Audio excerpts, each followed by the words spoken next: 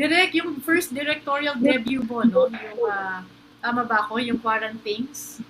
Yes, actually, first, I used to write lang talaga. Tapos Quaranthings was my first directorial thing talaga.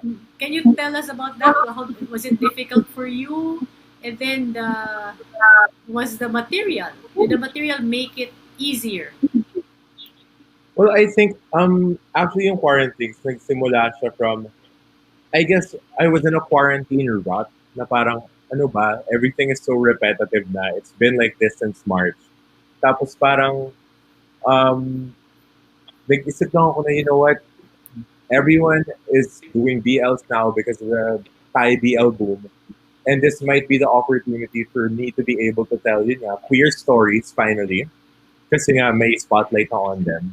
So I came up with a story about two people in the pandemic just because I felt like I wanted my story to be grounded on the reality of the situation now. Tapos from there, I messaged the writer, si Rod Marmol, and then we started casting people. Si Kyle nga actually off the bat na agad eh. Yung role na Bechi, minessage ko na siya agad na you wanna be part of it? Let's do this na. Tapos yun, tuloy-tuloy. I wrote a song pa for Carl to sing. Ganun lang. It was very much parang tulungan tayong friends. Ang tagal natin hindi shoot ng anything. So, gawa tayo ng something para.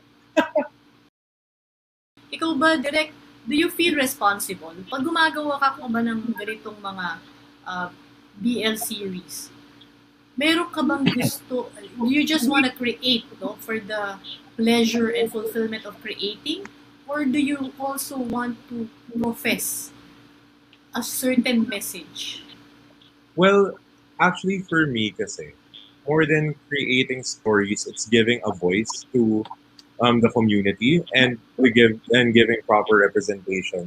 Kasi like I mentioned earlier nga, parang finally may spotlight to be able to tell queer stories. Eh parang for so long, and we all know this naman in the media, where queer roles or gay roles, lagi silang, you know, the comic relief or yung pang fun lang, pang kwela. But then kasi parang we have to realize that actually si Prof said it really well nga na parang yun nga, it's a reality eh. It may not be a universal reality for everyone, the 100% reality for all walks of life, but it's still a reality. So it's, and um, finally kasi the community, people who are in the community have this opportunity to have their stories be told. So parang more than anything, yun yung root of why I want to keep creating queer stories. And yun na, basically, I'm inspired by the community, yung mga kwento nila, mga karanasan, and even yung experiences and stories that they should have had, but were never able to experience because nga of, let's face it, the gender stereotypes and norms of society. Direk, pag namili ka ba ng artista for a BL, no, a BL project, tinitignan mo ba kung may kinalaman ba doon ng gender? Well, personally, I'd like to think that in an ideal world, we'd have queer actors portraying queer roles just because queer actors don't have that much opportunities in the industry as well. But pero sa ngayon, kung magiging honest din ako, may struggle kasi in the industry para maging ideal tayo. Parang there isn't much room to be that idealistic yet. So, ang paniniwala ko dyan is maybe our straight allies are welcome to play these roles as long as it's done tastefully, and at the same time, natutulungan din natin sila na lumawak yung kaalaman nila, like especially sa stogy aspect of things. Ano po yung mga bagay na sinasaalang-alang ninyo for your viewers when creating films na may ganitong tema? Halimbawa, love scenes, kissing scenes, etc. Great question. Definitely. Well, importante for me yung kwento, of course, pati na rin yung magiging takeaway ng tao after watching it. Kasi more than anything, more than the love scenes, more than the kissing scenes and all that, kwento talaga yung bida.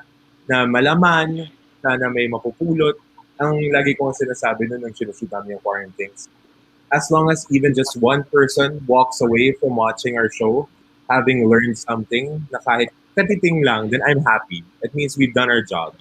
Tsaka I guess one very important thing also, as I mentioned din kasi kanina earlier, is proper representation. na gusto natin mailihis yung pagiging caricature and stereotypes ng mga gay roles in the film industries of mga series and all that. So proper representation. Right now, the door has been opened for us to be telling queer stories. Mga gay, BL, stuff like that. GL, meron na rin. So Yes. now that the door is open, let's kick the door down and Yep. maybe eventually we can move on to telling trans stories, to telling non-binary stories. Iba-iba, palawakin pa natin. Opo. Okay. Direk, meron bang, I mean, in all honesty, meron bang desire or temptation to shock in terms of, coming up with scenes? Kasi sabi nga natin, bagong-bago, no? Definitely. Minsan may feeling na gano'n na, what will make people want to watch it more or entice people to see it? And I'm sure, obviously, the parang easiest way towards getting that is you have them have an intense, steamy moment or something like that. Pero kasi, I guess, binabalikan ko na lang lagi na yung main goal natin is to tell these queer stories para sa community. It's not more of parang for the libido side of things. Mhm. What makes a good BL project, Direk? I feel like, kasi, I don't know if you touched upon this earlier, but then, I heard a bit na minention ni Prof na, syempre, the genre was created for a different demographic entirely before it. But now, kasi it has evolved so much, and for me, the main thing to look for in a great BL project right now is heart and story. Just because yun nga, it has, from something that was created for the female gaze back in the day. Right now, kasi we've taken that and created our own narratives from it to tell the queer stories. So it's all about story talaga and heart and proper representation for me.